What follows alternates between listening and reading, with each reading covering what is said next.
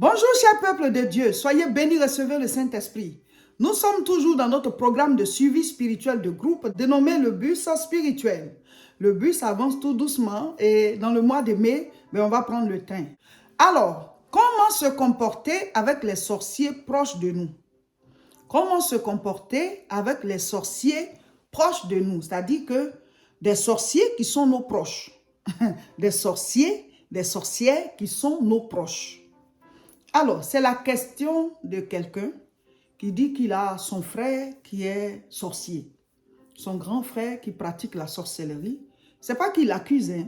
Le frère lui-même, il a dit qu'il est sorcier. Donc, ce n'est pas qu'il accuse. Donc, lui, il est chrétien et ils ont beaucoup de difficultés avec ce frère-là. Donc, il voudrait savoir comment il doit se comporter en tant que chrétien face à une telle situation. Donc, peut-être que les réponses que je vais donner, ça pourra aider plusieurs personnes. Peut-être que voilà, cette vidéo va édifier quelqu'un. Ce n'est pas pour accuser un groupe de personnes pour dire qu'ils sont sorciers et cette personne est sorcière et tout ça. Non, ce n'est pas pour que vous puissiez accuser les gens.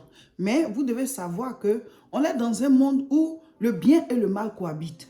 De la manière dont Dieu utilise certaines personnes, mais il y en a aussi qui se sont disposés à ce que le diable les utilise. Et si on dit sorcellerie, c'est parce que ça existe. Il y a aussi plusieurs appellations, mais c'est toujours la sorcellerie. On peut dire que cette personne est mystique, cette personne est occultiste, cette personne est fétichiste, cette personne, mais c'est la sorcellerie. Donc, nous allons raconter l'histoire de ce monsieur avant de répondre à cette question, comment se comporter avec les sorciers proches, les sorciers qui sont nos proches, voilà. Donc, il dit que ils sont 5 enfants dans leur famille, mais maintenant ils ont grandi, hein, ils sont devenus des adultes et leurs 2 parents sont encore en vie, mais ils ont vieilli. Et donc, il dit qu'il a son aîné, voilà, c'est lui qui dit qu'il est sorcier. Son aîné, là, il ne cache pas, il dit qu'il est sorcier. Et après l'aîné, il y a une fille, et ensuite il y a lui le garçon, et puis il y a 2 autres filles. Donc, ils sont 2 garçons et il y a 3 filles. Et il dit que lui, il a fait ses études, il a fini, il a eu son diplôme, mais l'entreprise où on l'a embauché là, il aime bien cette boîte, mais on l'a embauché au départ, au bas de l'échelle. On n'a pas voulu lui donner le poste, voilà, de son diplôme. Donc, il a quand même accepté parce qu'il dit qu'il aime la boîte là. Donc, il est resté là-bas. Et ça a été vraiment difficile pendant, je ne sais pas combien d'années, pour pouvoir arriver à avoir le poste pour lequel il a étudié. Donc maintenant, il a eu ce poste-là. Mais il dit qu'il y avait beaucoup de difficultés. Chaque fois, il priait et tout, il faisait des jeûnes. Et au fur et à mesure, il a commencé à gravir les échelons jusqu'à avoir ce poste. Il dit qu'un jour, puisque leurs parents sont encore en vie et qu'ils sont tous dans la même ville, ils viennent souvent voir leurs parents. Ils ont vieilli, mais ils se prennent encore en charge et tout. Et donc, il dit qu'un jour, ils se sont retrouvés à la cour familiale et son grand frère là qui dit que, voilà, il y a des gens dans la famille là qui essaient de le dépasser, que lui, il a des puissances. Il a des puissances. Il essaie de les maintenir à un niveau et ils se battent jusqu'à finalement, ils essayent de le rattraper. Parce que son frère là, il dit qu'il a vraiment réussi, il a de grands moyens et tout et tout. Et donc, voici ce qu'il déclare, et qu'il y a des gens dans la famille qui essaient de le dépasser ou bien de le rattraper. Et donc, lui, il les a combattus, il a empêché, il a essayé de les empêcher. Ils ont lutté jusqu'à ce qu'aujourd'hui, il soit à ce niveau, comme s'il veut le rattraper. Et c'est quand lui, il est arrivé là, que son frère est en train de déclarer ça. Et il dit, chaque fois que tous il se retrouve à la famille, le frère, elle a toujours dit que lui, il est sorcier, il est mystique, qu'il s'inscrit dans un truc là. Et depuis qu'ils sont jeunes, voilà, il s'est toujours intéressé au mysticisme et il ne cache pas. Et il a dit, de la manière dont vous êtes chrétien là, c'est comme ça que moi aussi j'ai choisi ma voie. Je suis sorcier, je suis mystique, je vais dans les loges et c'est quoi le problème? Donc il ne cache pas. Mais le fait de vouloir combattre les autres pour que personne ne le dépasse là, c'est ça qui est le problème. Donc les 3 autres sœurs là aussi, elles sont chrétiennes. C'est la dernière là, on dit, bon, elle ne prie pas trop. Voilà, mais elle va à l'église, mais elle n'est pas à fond comme les 2 autres. Donc tout le monde prie, mais c'est lui qui chaque fois dit ce genre de choses. Et ses sœurs, elles travaillent. Les deux, voilà, les deux grandes sont mariées. La dernière là qui vient de finir ses études, elle aussi est chef du travail, mais elle ne prie pas trop, mais là, elle est avec quelqu'un, elle n'est pas encore mariée. Mais lui, depuis qu'il est rentré dans son entreprise là, il se battait pour pouvoir avoir ce poste. Et aujourd'hui, il entend son grand frère déclarer que lui, il empêche les gens de l'atteindre. Il empêche les gens de le rattraper. Et ils se battent jusqu'à ce qu'ils arrivent à ce niveau. Donc, comment lui doit se comporter? Est-ce a dit que c'est son frère qui le bloquait ou bien est-ce qu'il a le pouvoir de le bloquer? Ce sont des questions qu'il pose. Donc, on va répondre à ces questions. Donc, je vais citer des points pour que ça puisse vous guider. Premier point, point 1, il ne faut pas avoir peur. Il ne faut pas avoir peur de quelqu'un qui est sorcier. Quel que soit le grade, quel que soit le niveau de sorcellerie que la personne a pu acquérir ou bien a pu atteindre, si la personne est trop possédée, là, c'est le diable lui-même qui est en la personne. C'est-à-dire dans le monde des ténèbres, la dernière puissance, c'est Satan. Tous les autres sont les adjoints de Satan, jusqu'à ce qu'il y ait même les derniers esprits qui n'ont même pas trop de puissance. Parce que même les anges ont des grades. Anges, archanges, chérubins, séraphins. Donc, ce n'est pas tous les anges qui sont forts en puissance. Maintenant, quand Satan a voulu faire sa rébellion au ciel, quand on l'a chassé du ciel, là, tous les autres anges qu'il avait suivis, là, qui sont devenus des anges déchus, qu'on appelle les démons, le dernier, la plus grande puissance maléfique, c'est le diable. Donc, si un sorcier ou bien un mystique est trop possédé, là, c'est Satan lui-même qui est en lui. Mais au ciel, quand ils ont péché, ils ont voulu détrôner Dieu. Ils ont voulu détrôner Dieu. Mais quel projet! Ce n'est même pas Dieu qui les a précipités. Ce sont les anges qui les ont combattus pour les jeter par terre ici. Et Jésus dit, je voyais Satan tomber du ciel comme un éclair. C'est-à-dire les autres anges les ont tapés. Ils sont tombés comme un éclair. Ils sont passés comme ça, comme la lumière. Comme l'éclair passe là. Donc regardez la puissance de frappe des anges. Mais toi, chrétien, ce n'est même pas un ange qui est en toi. C'est le Saint-Esprit. C'est Dieu le Père. C'est Jésus-Christ qui t'habite. Donc, un sorcier prétentieux va te faire trembler. Ce n'est pas que tu vas l'insulter. C'est ton frère. Physiquement, là, c'est ton frère. Donc, c'est ton grand frère en plus. Donc, tu le respectes. Tu l'aimes. Tu l'honores en tant que frère. Mais dans le monde spirituel, tu ne dois pas trembler. Tu ne dois pas avoir peur de lui. Moïse, devant Pharaon, il n'a pas eu peur. Pourtant, c'est dans leur cou là, il a grandi. Il n'a pas eu peur. Il ne les a pas insultés, mais il a tenu tête parce qu'il est venu accomplir l'œuvre de Dieu. Je vais lire 2 Timothée 1, verset 7. Car ce n'est pas un esprit de timidité. Ailleurs, on dit ce n'est pas un esprit de peur que Dieu nous a donné, mais un esprit de force, d'amour et de sagesse. Voilà. Donc, souvent, nous, en tant que chrétiens, on ne connaît pas nos droits. Donc, devant de petites circonstances ou même de petites situations, on tremble. Ton frère, là, c'est de la prétention. C'est-à-dire qu'il a l'impression que la puissance du diable est trop supérieure, quoi. Donc, tu vois, il lance des défis et tout. Il fait pitié. Parce que le diable est mauvais payeur. Satan, c'est un mauvais payeur. Il est en train de les utiliser pour les envoyer en enfer un jour. Parce que lui-même, c'est là-bas sa destination. Donc, quand tu vois ton frère là, ne te dis pas que lui il est supérieur à toi par rapport à sa puissance diabolique. Parce que s'il a une puissance pour empêcher ses frères de l'atteindre, rentrer en compétition pour vous empêcher d'atteindre des niveaux, c'est que c'est une puissance satanique. C'est une puissance satanique. Donc, toi, tu ne dois pas avoir peur de lui. 2. Tu dois comprendre qu'il n'a pas cette puissance de te bloquer. Ce n'est pas possible. Le diable, c'est un menteur. Satan ment. Il va te faire croire que c'est lui qui t'a bloqué, mais il ne peut pas te bloquer. À moins qu'il y ait des portes dans ta vie. C'est-à-dire quoi? Tu vis mal. Si tu vis mal, il peut te bloquer. Parce que le monde spirituel, là, on se tire dessus. Tu vois, chacun tire. Maintenant, si toi, il y a un défaut dans ta cuirasse, mais si on tire, ça passe. Tu vas prendre la balle. Donc, si tu vis mal, ça peut t'atteindre. Si tu es un chrétien qui ne prie pas, la tempête peut s'élever quand même. Les disciples étaient dans la barque. Ils avaient Jésus avec eux, mais Jésus dormait. C'est une image. Hein. Si ton Jésus dort, la tempête se lève. Et qu'est-ce qui a soulevé la tempête? C'était les démons. Parce que Jésus partait délivrer le fou de Gadara. Quand on voit que tu es en train d'aller vers ta gloire, vers ta victoire, là, Les démons peuvent soulever la tempête, c'est-à-dire t'empêcher, empêcher que tu avances, que la barque n'avance. Mais qu'est-ce qu'il faut? C'est de réveiller ton Jésus. Tu dois réveiller ta vie de prière. Donc, si tu es un chrétien qui ne prie pas bien, si tu es un chrétien qui ne prie pas, tu as assoupi. C'est-à-dire, il y a le feu, mais il y a la cendre dessus. Donc, ça ne peut pas bouillir la marmite. Il ne peut pas te tuer. Il ne peut pas te faire chasser du travail. Mais il peut vraiment te mettre les bâtons dans les roues, t'empêcher d'avancer vite. Puisque ton feu est couvert. Donc, si tu vis mal, là, il peut t'atteindre. Parce que ta cuirasse, là, tu n'es pas protégé. Hein? Si tu tu pries pas, ça veut dire que tu n'as pas la vie de prière. Donc, lui, il gagne du terrain, en fait. Parce que les démons, eux, ils travaillent dans les ténèbres. Or, si ta lumière ne brille pas bien, ça veut dire qu'il y a des ténèbres autour de toi, ben, il peut t'empêcher vraiment.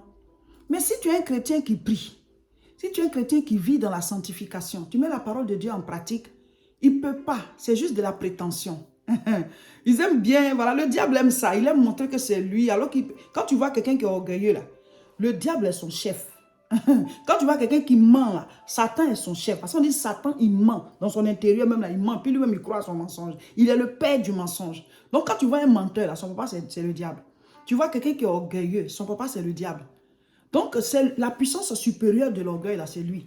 Donc, quand tu vas voir un sorcier, il va toujours faire comme si eux, ils sont plus forts, c'est eux qui t'empêchent, c'est eux qui font, tu vois. Ne t'occupe pas de ça. Il faut aimer ton frère tel qu'il est, mais sache que tu as affaire aux démons qui le possèdent. On n'a pas à lutter contre la chair et le sang, mais contre les dominations.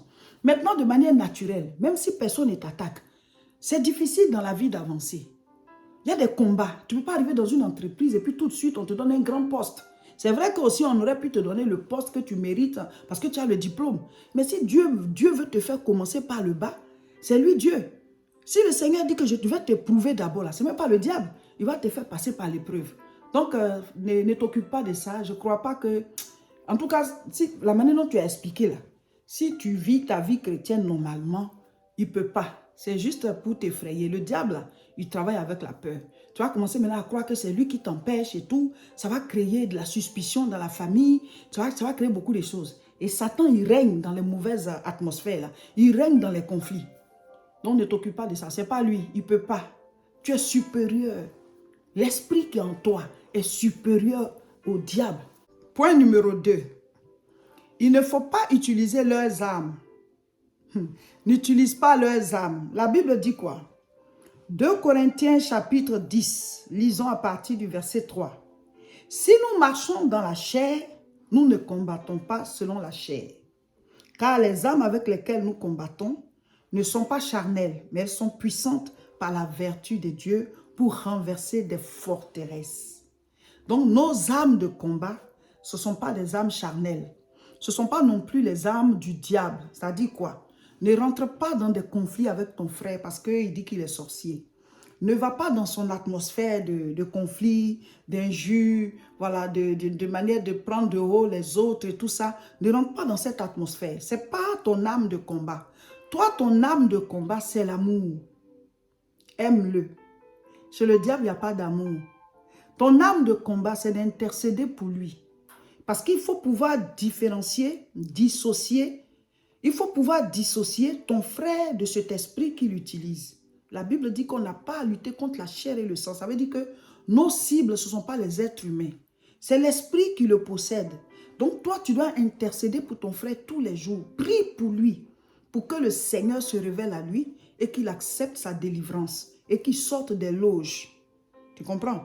Donc, tes âmes là, ce n'est pas la haine, ce n'est pas la peur, ce n'est pas de le combattre ou bien de l'insulter ou bien de te séparer de lui. Tu peux même manger avec lui. Toi, tu es supérieur. Ce sont les ténèbres qui fuient quand la lumière arrive. Quand on allume la lumière, là, les ténèbres disparaissent. Donc, la lumière a le dessus sur les ténèbres. Donc, augmente ta lumière. Donc, il faut l'aimer, il faut prier pour lui. Et puis, chaque fois que vous vous retrouvez à la cour familiale, mais il faut prier. Il faut que tu pries avant de manger. Il faut que tu pries pour tout. Puisque quand vous venez lui dire des choses mystiques, peut-être que ce sont ses incantations. Donc, vous êtes frères physiquement, mais spirituellement parlant, vous êtes des adversaires. Mais toi, tu ne rentres pas dans ces âmes. Tu ne vas pas utiliser ces armes telles que la colère, les injures, voilà, les animosités. On ne se parle plus, on se dit des choses, on met les conflits entre nos enfants et tout ça. Ça, ce ne sont pas des armes de combat des chrétiens. Ce ne sont pas les armes de combat des chrétiens. Si tu commences à te comporter comme ça, ben, il peut gagner, hein, puisque tu pars sur son terrain à lui.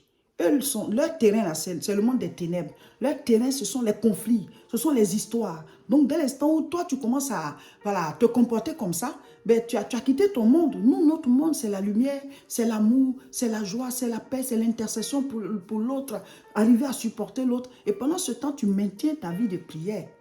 Donc, vous devez prier régulièrement. Tu ne peux pas être proche d'un sorcier qui le déclare et puis tu ne pries pas. Il faut que tu pries. Vous voyez, on n'est pas poursuivi par les mêmes choses. Quelqu'un peut se lever le matin, puis ne pas prier, puis pas au travail. Mais toi qui es à proximité des gens qui sont dans les loges, ou alors des gens qui sont sorciers, qui sont mystiques, qui sont occultistes, qui sont fétichistes, tu es obligé de prier parce que tu dois activer ta protection régulièrement. Même si le Seigneur il te protège régulièrement, mais toi, tu dois être sûr de ta protection. C'est pour ça que tu dois prier. Parce que quand tu n'as pas prié, toi-même là, tu es un peu déstabilisé. Tu ne sais pas si Dieu il est là, alors qu'il est là. Donc, tu dois prier pour te rassurer de ce que ta garde est là. Donc, tu dois prier le matin avant de sortir. Tu dois prier la nuit avant de dormir. Troisième chose, tu dois lui prêcher l'évangile. C'est dans la parole qu'il y a la vie. C'est vrai qu'il va rejeter, mais toi, n'arrête pas. Ne le fais pas dans le but aussi de l'insulter. Prêche-lui l'amour de Dieu. Prêche-lui que Jésus-Christ est mort pour le salut de son âme. Prêche-lui que Satan est un mauvais payeur. Et que quelle sera sa destinée après la mort? Quelle sera sa destination? Prêche-lui que Dieu l'aime et que Dieu l'a tellement aimé qu'il a donné son Fils unique Jésus-Christ. Tu dois savoir que toi, tu es dans la position la plus forte. Jésus-Christ est élevé. Jésus-Christ est élevé au-dessus de tout. Je vais lire le passage. Philippiens 2, à partir du verset 9. C'est pourquoi aussi, Dieu l'a souverainement élevé et lui a donné le nom qui est au-dessus de tout nom. Afin qu'au nom de Jésus, tout genou fléchisse dans les cieux, sur la terre et sous la terre, et que toute langue confesse que Jésus-Christ est Seigneur à la gloire de Dieu le Père. Le nom au-dessus de tout nom. Ça dit ton frère, sa puissance là, ça a un nom, non? Il y a un nom sur sa puissance, ou bien l'esprit qui est dans sa vie là a un nom. Mais Jésus-Christ, son nom est au-dessus de tout nom. Dans les cieux, sur la terre et sous la terre.